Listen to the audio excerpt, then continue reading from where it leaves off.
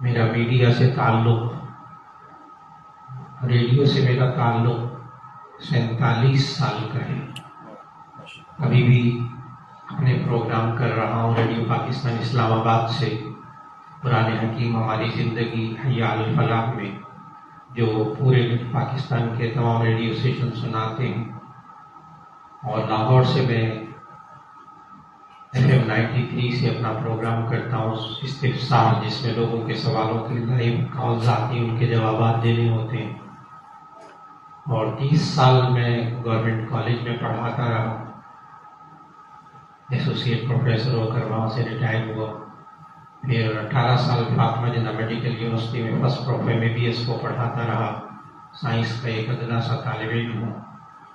8 سال BDS کو پڑھاتا رہا یونیورسٹی آف لاہور میں. اس کے ساتھ ساتھ جامعہ شفیہ میں پڑھاتا رہا. تو وہاں یہ تلاوت اور نعت کے مقابلوں کو منعقد کرنا، ان میں ججز ان کو منعقد کرنا اور جج کئی دفعہ بننا. تو اس لیے میں نے نعت خان جو ساتھی ہے وہ ایسا ہے کہ جس کو اگر بین الاقوامی کالجز میں گئے ہوں گے تو یقیناً انہوں نے انعامات لیے ہوں گے. بہت اچھا پڑھا ہے، اللہ ان کو جزائے خیر دے. لیکن چونکہ ساری زندگی طلباء اور طالبات کے ساتھ وقت گزرا، میری تدریس کا جو کل عرصہ ہے وہ 49 ایئرس پورے ہو گئے پڑھاتے ہوئے. اور اب اگلا سال انشاءاللہ زندہ رہا تو یہ 50واں سال ہوگا طلباء اور طالبات کو پڑھاتے ہوئے.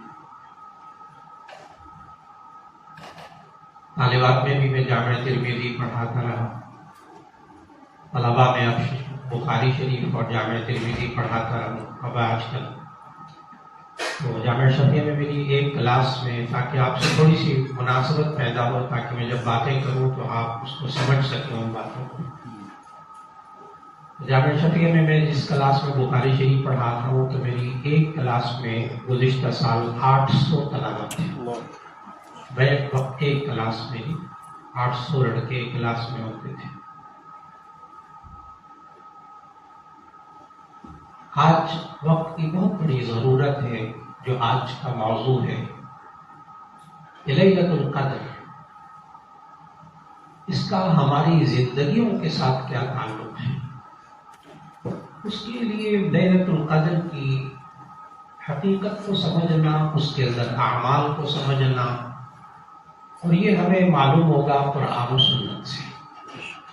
میری ہر بات ریلیٹڈ ہوگی قرآن و سنت سے انشاءاللہ.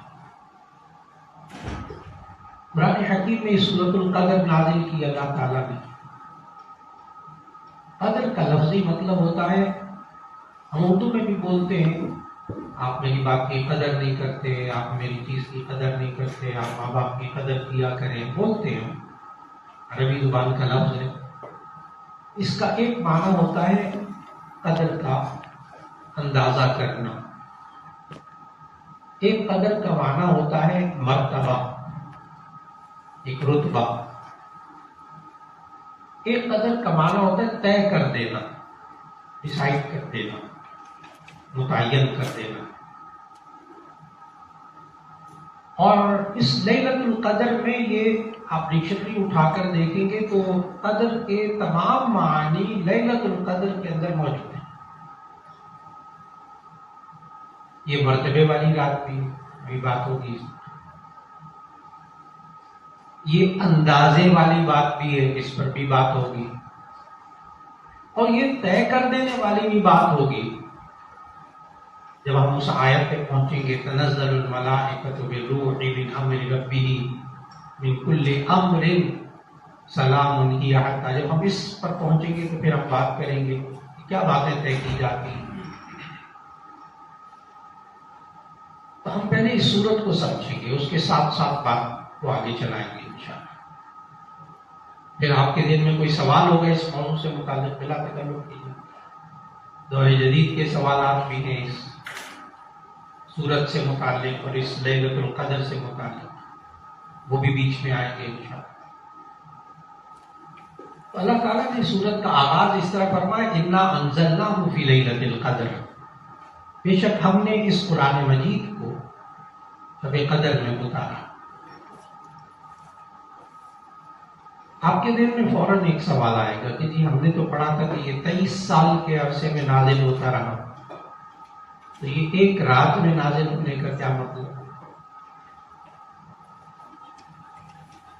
اور 23 سال کی بھی آپ کو پوری ڈیٹیل معلوم ہوگی، مطالعہ آپ کا بہت اچھا. یہ قرآن مجید تو 22 سال 2 مہینے 22 دن میں نازل ہوتا رہا. پھر اِنَّا أَنزَلْنَاهُ فِي لَيْلَةِ الْقَدْرِ کا کیا مطلب ہوگا کہ اس کو ہم نے شب قدر میں ہوتا ہے؟ تمام مفسرین نے لکھا احادیث کی روشنی میں